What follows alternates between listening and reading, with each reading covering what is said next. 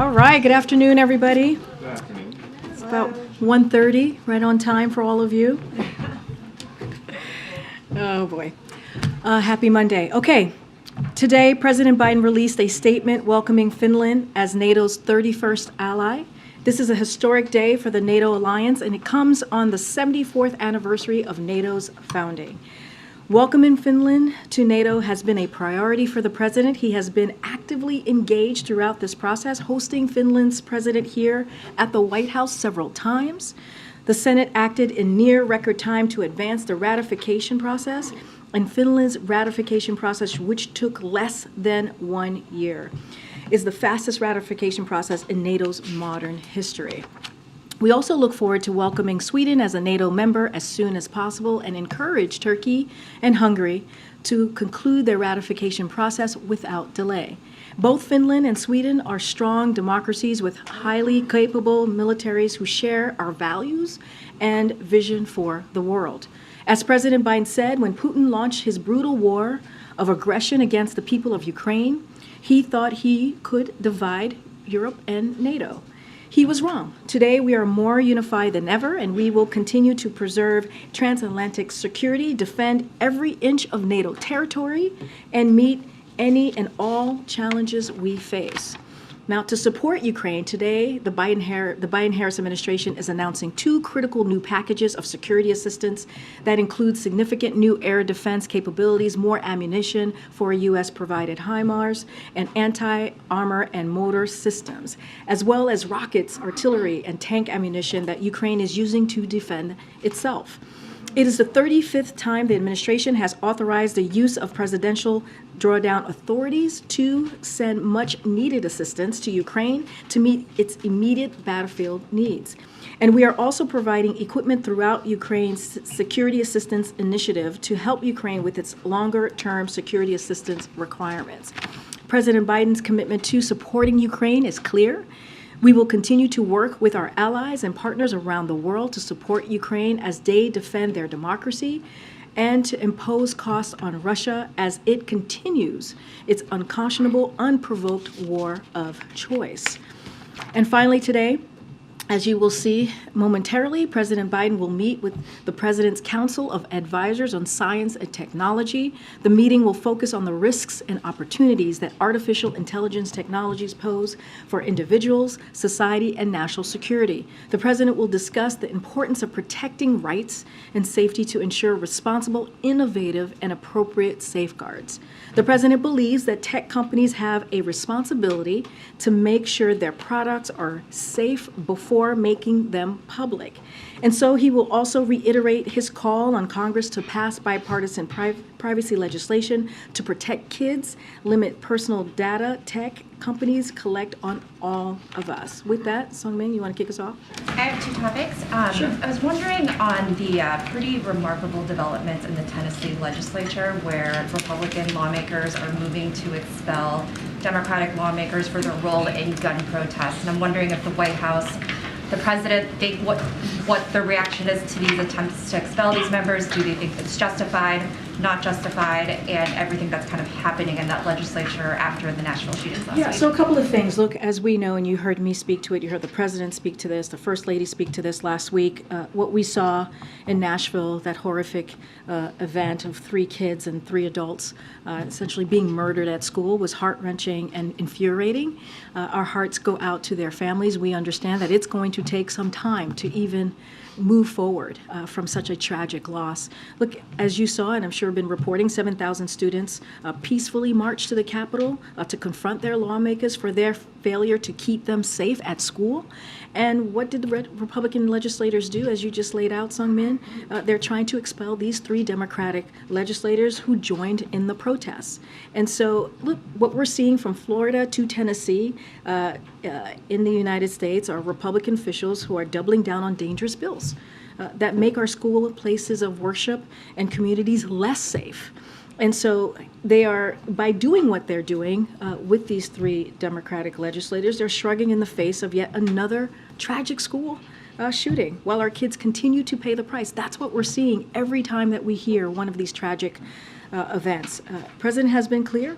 Too many lives are being ripped apart. Communities are being ripped apart with this gun violence, which is an epidemic in our country. This is why he's taken the actions that he has these first 2 years and continues to have with executive action, historic executive action. And he's going to continue to call on Congress to ban assault weapons and high-capacity magazine, require safe storage of firearms, eliminate gun manufacturers' immunity from liability, and require background checks for all gun sales, and for state officials to take action at the state level.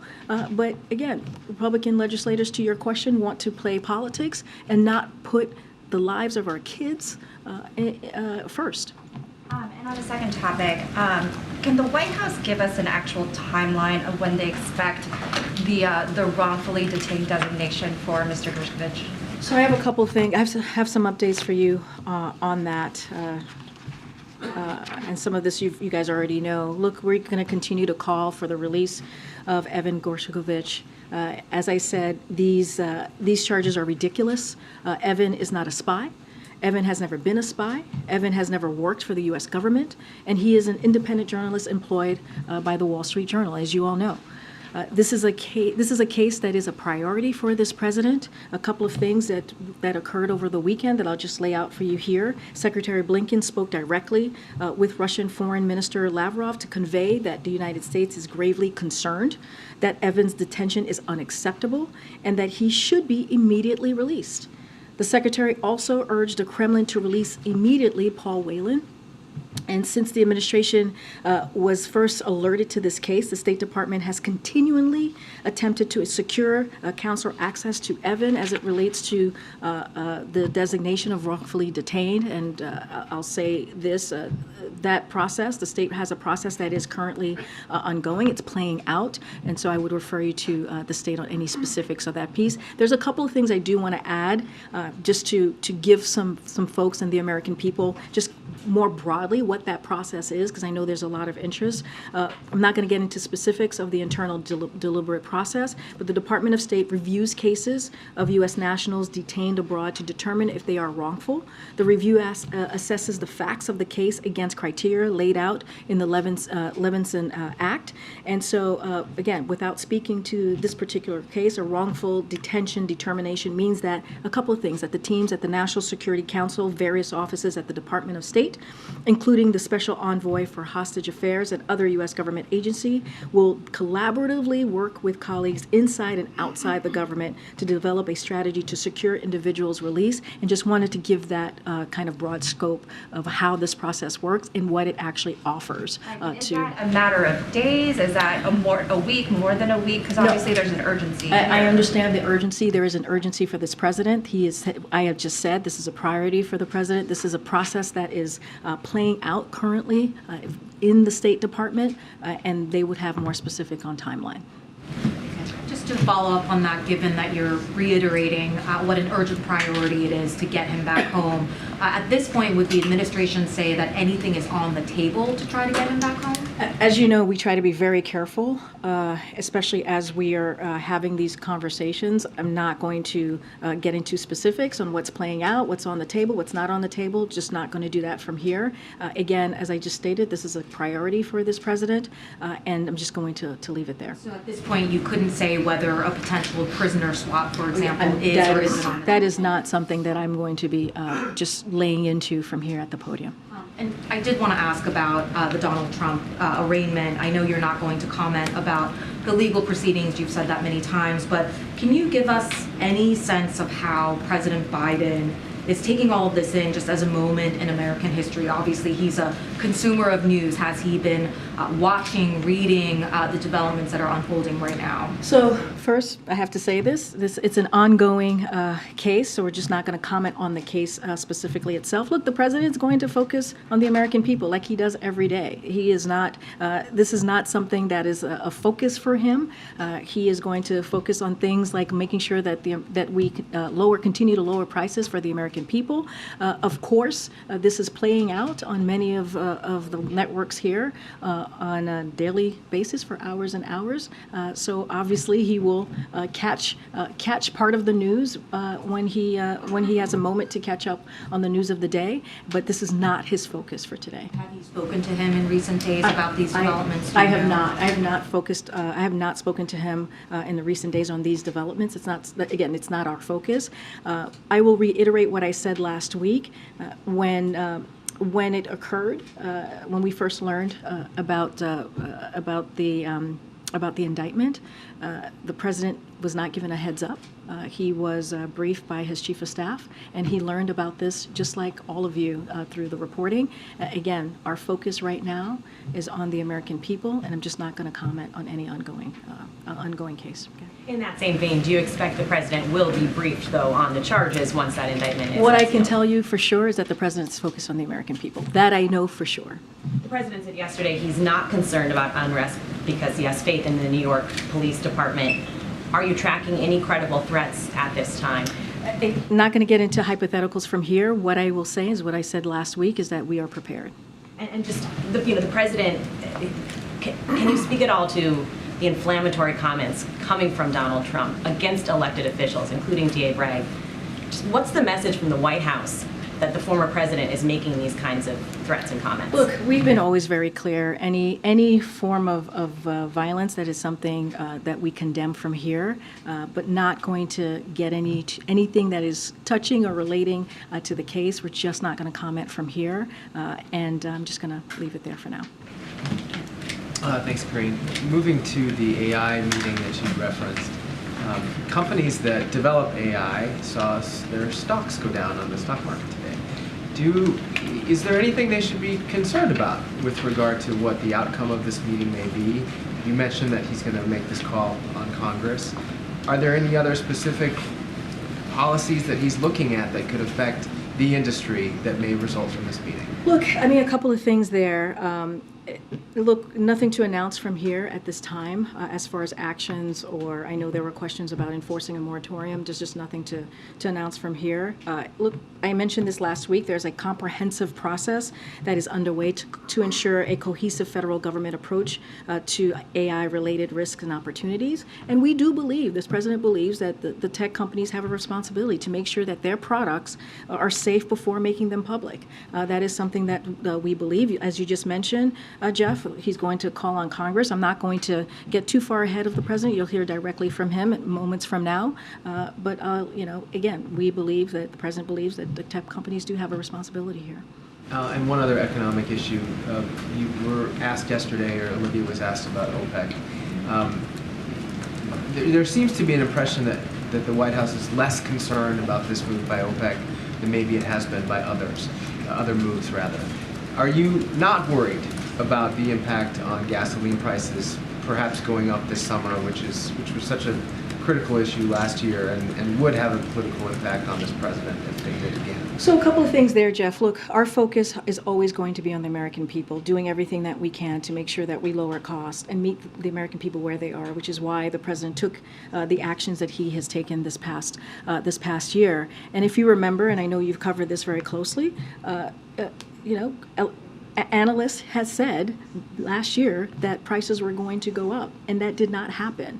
If anything, in fact, gasoline prices went down by $1.50 when it was at its peak this past summer. A lot of that is because of the actions that this president took.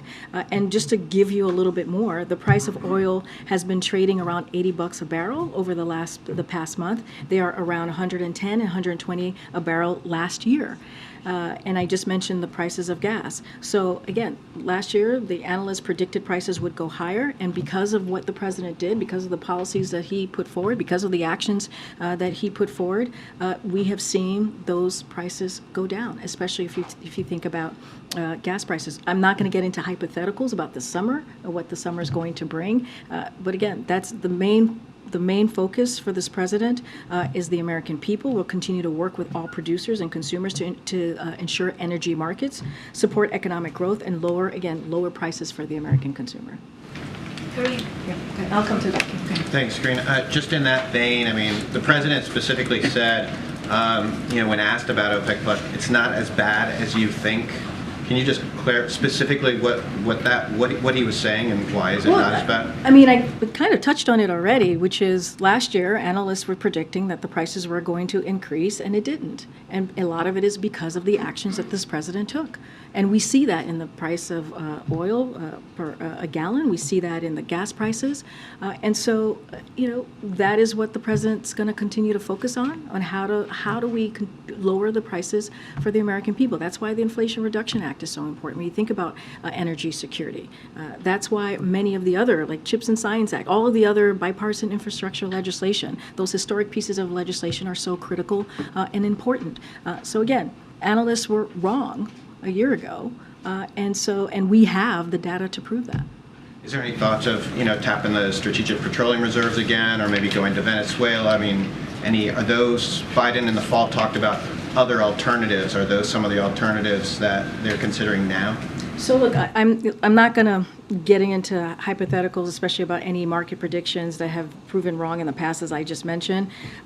Look, what we know is what the president has done has worked. I'm just going to leave that there and not get into hypotheticals. Okay. Karine, has the president been briefed on the security operations underway in New York in advance of the former president's arraignment? Don't have any preview or conversations to share with all of you. As you know, the president gets the daily presidential briefing every morning, but I just don't have anything specifically on that.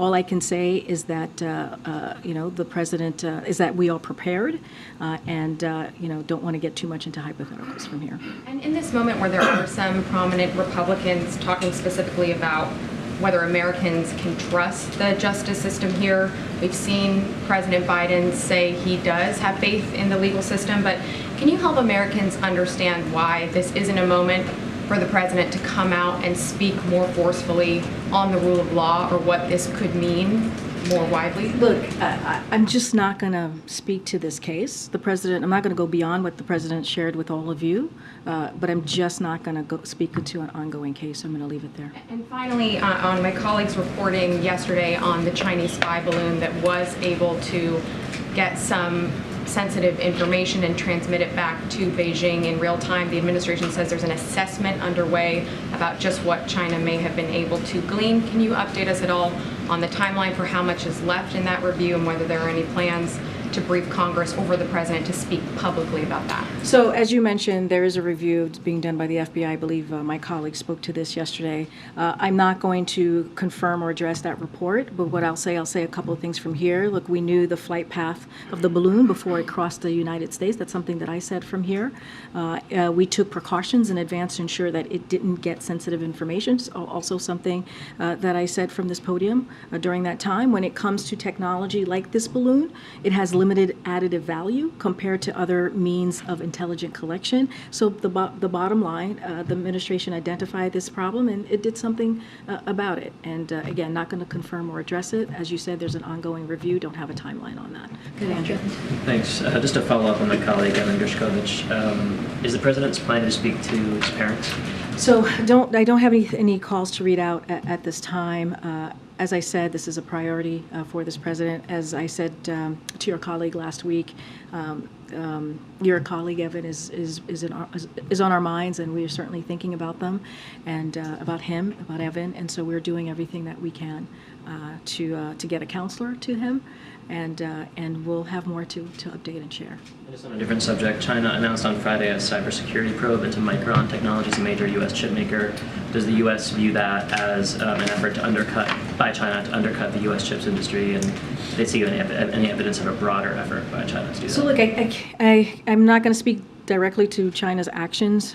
All I can say is the CHIPS and Science Act, as you know, was a bipartisan piece of legislation that was historic, and it speaks to the president's commitment to bring manufacturers back to the United States, to make sure that we have manufacturing jobs right here.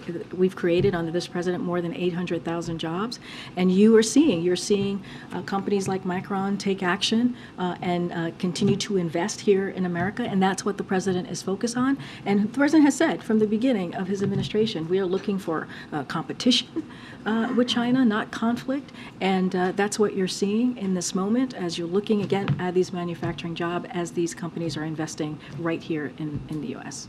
Afghanistan, please. Let me 1 second. Go ahead. The bill that would allow the U.S. to sue OPEC countries for manipulating energy markets, does the White House have a position on that bill yet? It's known as the NOPEC bill. The NOPEC bill. What'd you say? What are you whispering? I'm not whispering. No whispering allowed. So a couple of things. Look, the president is focused on securing America's energy independence. And so that's the best way to ensure American families aren't subject to the actions of those halfway around the world. And his policies are working. As I just mentioned, oil and gas prices have gone down from last year because of the actions that this president took. U.S. oil production is on track to break a historic record this year, and we are accelerating investments in clean energy through the Inflation Reduction Act. Again, a historic piece of legislation that is going to make a difference when we talk about energy security in this country. Afghanistan, please. I'm going to come to you. Thank you. A U.S. ambassador to India, Eric Gassett, is now headed to New Delhi. What's the presidential message that Ambassador Gassett is carrying with himself for the people of India? So look, this is something that I've said from here, that the president has said when we look at the relationship with India. It's one of the most consequential relationships that the United States has in the world. That still stands. And Ambassador Garcetti will be leading an ambitious effort to deepen our cooperation with India in critical and emerging technologies, expand our defense cooperation, and strengthen our economic and people-to-people ties. Again, one of the most consequential relationships that we have in the United States in the world. So that the United States have in the world. So it's an important relationship that the president sees. I have one more.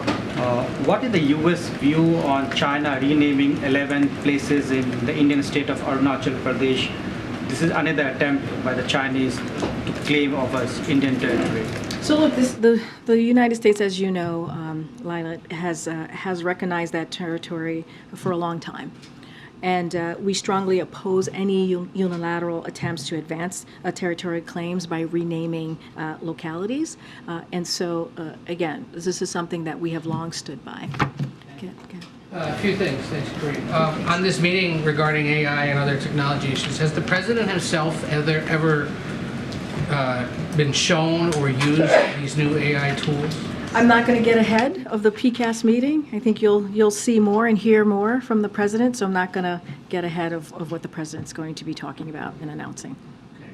Afghanistan, That's a please. tease. Following up on the Evan Gershkovich case, can you confirm here that the Russian ambassador was summoned to the State Department to discuss this detention? I don't have anything to confirm from here. You've covered most everything else I wanted to ask about, so I want to ask about this. Nicaragua. This week, Daniel Ortega has banned Holy Week street processions due to unspecified security concerns, meaning people in this overwhelmingly Catholic country cannot participate, in essence, profess their faith. Comes a few weeks after Ortega detained a Roman Catholic bishop. I know you were asked, and Kirby was asked about this recently, just wondering if the Biden administration has any response to these? So a couple of things. Yes, I know that question, I believe, came up last week. Look, there has been a dramatic deterioration of respect for democratic principles and human rights by the Ortega Murillo regime in Nicaragua, including the harassment and imprisonment of democratic leaders, members of the political opposition, faith leaders, students, and journalists as well. The United States finds this unacceptable, condemns these actions, and we have already taken a number of actions, as you know, Ed, to promote accountability for the regime's actions, including by imposing sanctions, and we will continue to do so. And we'll go to the back. Go ahead, Ed. Yeah, thanks, Karine. So on the technology event coming up later, so critics are saying the president has been late on TikTok to act against TikTok. So what's the time frame then for guidelines on artificial intelligence or a pause on more powerful artificial intelligence? So look, when it comes to TikTok, I want to be very clear. There's a CFIUS review. You've heard us say that over and over again from this podium, and that still stands. And the president has been very, very clear about his concern, his national security concern as it relates to the American people with this app. So just want to be very clear here. And so, look, like I said last time, this question was asked by your colleague here, who was very dramatic about AI. Not on the time frame. Well, look, I Is he gonna get to don't, it quickly? look, I Is it don't another have a year? time frame to share with you. As I mentioned, there's a comprehensive process, mentioned this last week, which is underway to figure out how we're going to have a cohesive federal government approach to this. And this is incredibly important. You're going to hear from the president. He's going to speak to this. As you know, as I mentioned, he's going to speak to PCAST, so I'll let him, let you hear from him directly. But clearly, this is something that the team is looking at and is very focused on. Yeah, one more, if I could. House Republicans are meeting with the Taiwan president today. The top lawmakers, though, on the Hill are calling for information or hearings on information related to Chinese-made cranes at U.S. ports. Should there be hearings or an assessment by the NSC about possible spying by the Chinese at U.S. ports through these Yeah, cranes? I think you've asked me this question before. Nothing has changed from what I shared with you the last time. I'm just not going to get into it from here about hearings. Okay, but there's a way to do this, my friend. You know that. Give me a second. Let me get around. Go ahead, Ben. On Evan Gershkovich's case, how worrying of a sign is it that the U.S. still does not have consular access to him, and what are you doing at a higher level to push for that? Well, I just laid out the conversations that Secretary Blinken had with his counterpart just over the weekend. We're taking this very seriously. This is a priority for this president. Yes, we are concerned, and we're working diligently, very hard to get a counselor to Evan. That again, this is a priority, and so is Paul Whelan. Want to make sure I lay that out for folks as well. But yes, we are doing the State Department is doing all that they can to make sure a counselor is available to Evan. As you know, these are challenging circumstances, as you all know, and we are doing again everything in our power to get a counselor access to him quickly. The Journal's lawyers have been trying to visit him in prison. Is the White House in touch with the Journal about this, and how soon do you expect them to visit him? I don't have anything to read out about a conversation with about the Wall Street Journal. I just don't have anything to read out on that. Go ahead. Thank you very much, Karine. Not asking about Trump, but about the precedent that this opens. Does the White House believe that a former president could or should be indicted? I'm just not going to comment from here. Okay. All right. Oh, go ahead, Peter. To follow up on that, President Biden is a lawyer. Is he And concerned? the President of the United States and the Commander-in-Chief, but go ahead. He is, but as a lawyer, is he concerned at all that a local DA indicting a former president could, down the line, open up the possibility, set the precedent, that local DAs that don't like former President Biden could indict him? I'm not going to comment from here. Why don't you have more to say about the Trump It indictment? is an ongoing case, and I've been very clear about that. We've been prudent about that, not commenting on ongoing cases, and we're going to stick to that. But for Peter? better or worse, all that anybody in the country is talking about at this exact moment while we are in here is Trump. And they look here to find out what the White House thinks about it. And Well, I think the American people should feel reassured that when there is an ongoing case like this one, that we're just not commenting. And so, does the lack of comment mean that you do not think anything happening in New York today is one of the top issues facing the country at the moment? That's your assessment. That's not my assessment. I'm just laying out the facts that we are just not going to comment on an ongoing case from here. And we've been very consistent. We've been very prudent, and we're going to stick there. Courtney, go ahead. Thanks, Karine. I wanted to ask you about judges. Senator Hyde-Smith said today that she's not going to return a blue slip for Scott Cullum, who's your nominee for a court in Mississippi. Did you have awareness on that, and are you going to proceed with the nomination? So this is the first that I'm hearing about this, so I would have to go back to my team before I can comment fully. And I also wanted to ask you about unwinding the pandemic measures. Can can you talk about the the requirement that foreign travelers be vaccinated? Is that something that you're reconsidering or that people should expect to unwind along with the public health emergency as we head toward May 11th? So, look, I'll say more broadly the work that this administration has done since day one, since the president walked into this administration on really dealing with COVID-19 and long COVID, and long COVID continues, right? COVID is still with us. We're in a different place than we have been, and that's because of the work that this president has done. And thanks to those actions, we've seen that progress has been made. We're in better positions to transition out of the emergency phase of this response. That is important because of the comprehensive response that we have had, that this president has pushed forward. And when we have more to say, I certainly will share that closer to May. I don't have anything to preview or to announce at this time. Thank you. Afghanistan, please. Go ahead. Yes.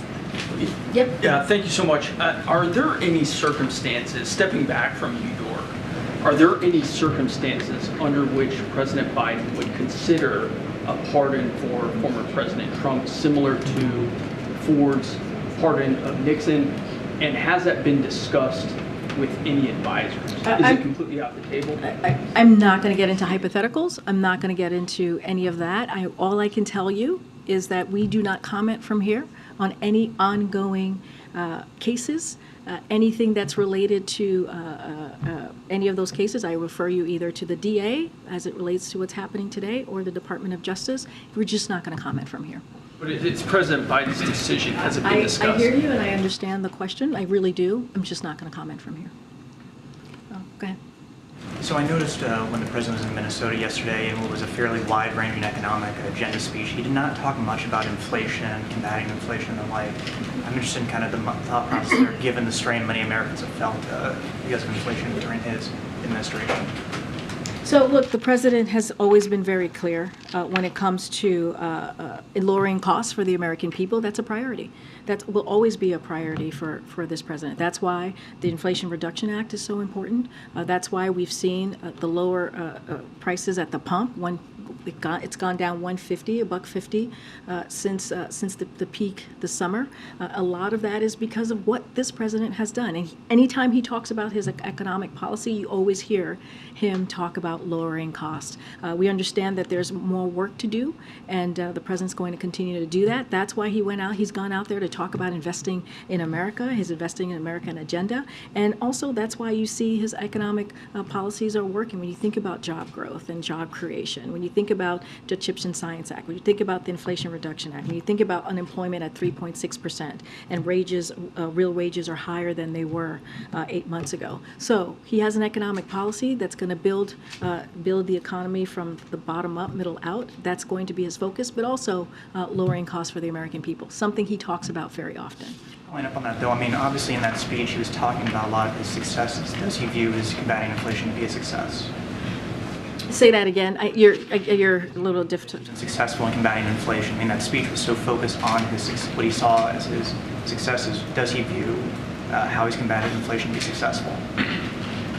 Look, I think that lowering prescription drug costs, capping insulin at $35 a month for seniors, helping lower energy bills, again, gas prices going down by $1.50 from its peak that it was this summer. That is the president taking action. That is the president meeting the American people where they are. Of course, there's always more work to be done, but this is a president that's taken action. And so that's what you'll hear from him. He's, of course, when he is in front of the American people, he's going to speak to them about what he's doing to make their lives better. And that's what you heard yesterday in Minneapolis. Okay. Or in Minnesota, to be more specific, as a state. The president has spoken repeatedly about January 6th. He gave at least 2 major speeches that I can think of, and he's talked at length in various forums. There were more than 500 active legal cases going on during the time that he made those speeches, all of which potentially would have been affected by whatever his opinions were on the circumstances surrounding those cases. what is different between his being willing to talk about not the specifics of individual cases, but to talk about the issues presented by what happened on January 6th and questions about, just to put a fine point on it, I'm sort of going on Peter's point, it's like, and frankly, a lot of the questions here, there's an understanding about not wanting to comment specifically about this case, perhaps, but there are issues that are presented, people have been talking about them for weeks now, when a former president, any former president would be indicted for the first time and arrested for the first time. What is the White House's reticence, and what's the difference between that and this? Done. I'm done. Sorry. No, it's okay. But with all seriousness, January 6th was a devastating day. Like, you guys, I think if you guys weren't there, some of your colleagues were on Capitol Hill. We had law enforcement, police officers who were attacked, who died. And what we saw on that day was an attack on our democracy. It was a devastating, devastating day in our history. And it was a moment for this president to have spoken to, right? You had millions and millions of Americans who watched what was happening on Capitol Hill, something that many of us, I've never seen it, and many of us had never, ever seen before, you know? And it was something that needed to be spoken to. When you see something like that, our democracy, literally our democracy under attack. And so the president will never shy away when it comes to our democracy, when it comes to the fabric of who we are as a country and what makes this country what it is. And so it was a different moment and a different time. No, I hear. Follow up. I know, but let me. Sure, go ahead. When it comes to these types of cases, these criminal, like specific cases, we're just not going to comment. I know there's a broad. I get you. I know there's a broader question of what this means, the precedent, and what the president is going to decide or make decisions that he might make, like hypothetical questions. I'm just not going to comment from here on that. Again, I was asking why you weren't going to comment on there. I'm hoping that I laid that out for you, and I just laid out why we commented on January 6th, and we're just going to be very mindful. These are ongoing cases. 500 cases involving Americans whose freedom was at risk. I hear you, but this is something that all of Americans watch in real time, and people died. People died. Karine, I don't need a lecture on the fact that people But you're lecturing me. But you're lecturing me. I'm not. Yes, you are. I'm asking questions, and what I'm saying is there are millions of people out there watching today. You called January 6th historic. It was absolutely historic, and none of us had ever seen that before.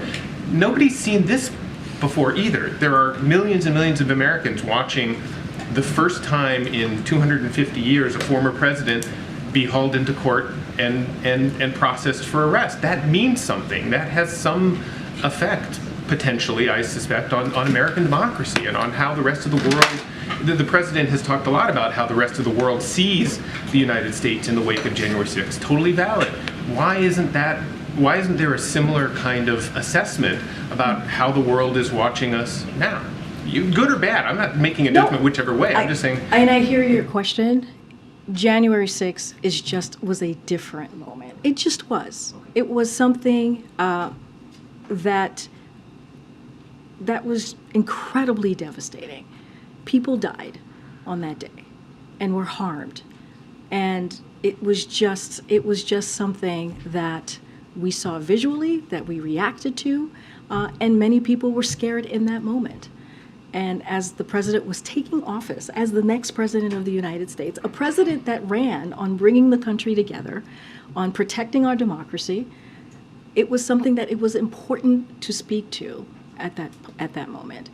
And also, we know that Americans still very much care about this. When it comes to a criminal investigation like this, that is ongoing, we are just not going to comment. We're not going to interfere. We're not going to politically interfere from here. And we've been consistent. We've been very consistent. I know you're bringing up January 6th. I just laid out why we believe that was very different. But we're just going to be consistent on not commenting on any criminal ongoing investigation. Okay. Go ahead. Go ahead, my friend. Thank you. Well, number one, thank you very much for your comment for my traditional dress that Afghan people show reaction and say thanks from Afghanistan, although they are in Taliban president. They say thank you. They were happy because Afghan woman made that dress. And my question is, what's your assessment about Daesh in Afghanistan? Because nowadays Daesh is very active in Afghanistan.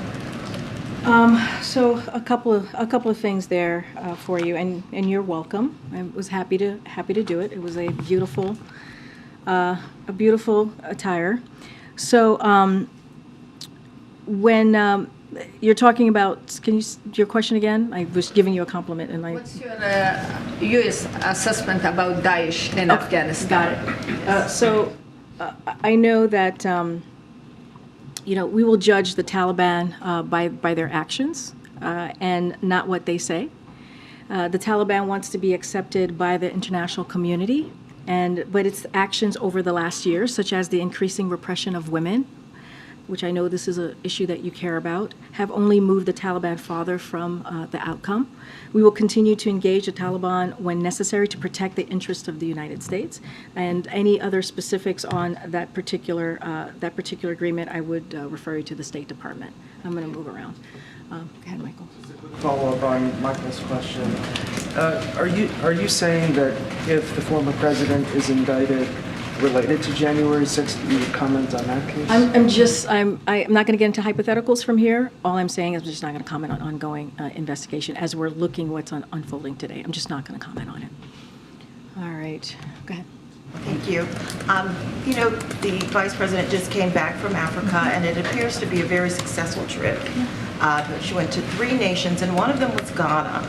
I'm very curious, and so are many people commenting online, with regard to Ghana being a nation that still has issues with slavery. I wonder if you could just comment on the U.S. connecting with a nation that has that level of humanitarian crisis. So look, and we've talked about this before when it comes to humanitarian crisis or when it comes to anything related in that vein. We are always going to speak to that. We are, very.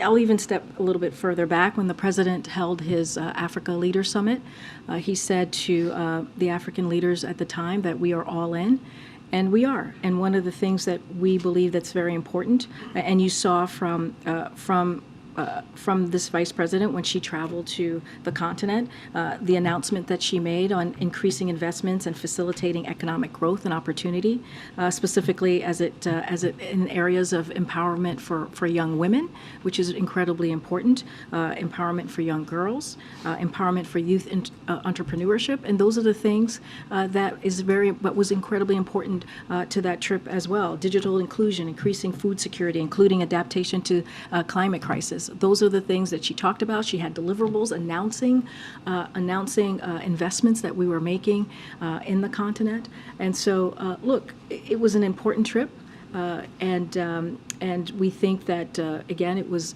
incredibly successful, and this is going to be a continuation of our commitment to continue to partner and make sure that that continent, the African continent, is not left behind. And so you're going to continue to see that from this administration. Okay, go ahead. Is the administration expecting or preparing for possible Chinese military drills in the event of the Taiwanese president's meeting with Speaker McCarthy tomorrow? So we've been very clear about this when we talk about the President Tsai's transit. It's private and it's unofficial. And look, there should be no overreaction from the PRC. This is a trip. When you look at the transit that is underway, that has been for a long time, has occurred for some time. President Tsai herself has made this transit about 6 times before, and again, there should be no reason for China to overreact here, and I'll leave it at that. There's no, there's no change to our One China policy. We've been very clear about that, and I'll leave it at that. Any specifics that you may have about the trip itself, I would refer you to the Taiwan authorities. On Venezuela, is the White House looking for new diplomatic channels with the government of Nicolás Maduro in Venezuela? Don't have anything else any update to share on that relationship with Venezuela at this time. Go ahead. This is the 78th anniversary of the atom bomb over Hiroshima and Nagasaki, and the G7 next month will be in Hiroshima. Do you know if there's a visit plan to the memorial? And last time you were in Japan, you never got to see anything, so we take a little time to see a few of the sites. Oh, that's so kind. And the second follow-up is that there's great shock in Japan about the arrest of the opposition candidate. It's very common in many parts of the world, but most people didn't expect it to ever happen in America. What do you, just a comment on that? Wait, say that last part again. There's a lot of talk in There's been Japan. a lot of shock in Japan as to the arrest of the opposition candidate. It's very common in many parts of the world. You're talking about which opposition candidate you're talking about? Upcoming election. Oh, you're talking about the U.S. Yeah, and it's very common. Many parts of the world it's very common, but people just I see never what you're expected getting that to happen in America. So just a view of that from outside. I love how you guys are asking me this in different ways. It's very, of course, you guys are clever. The first question, I don't have anything to announce at this time about the G7. Once we have something to share, certainly we'll share that with all of you. On the second one, I'm just not going to comment from here, and so I'll leave it there. Okay, everybody. All right, have a great day. I'll see you tomorrow. Thanks, Karine. See you. Thank you, Karine. Thank you. Oh, you're very welcome.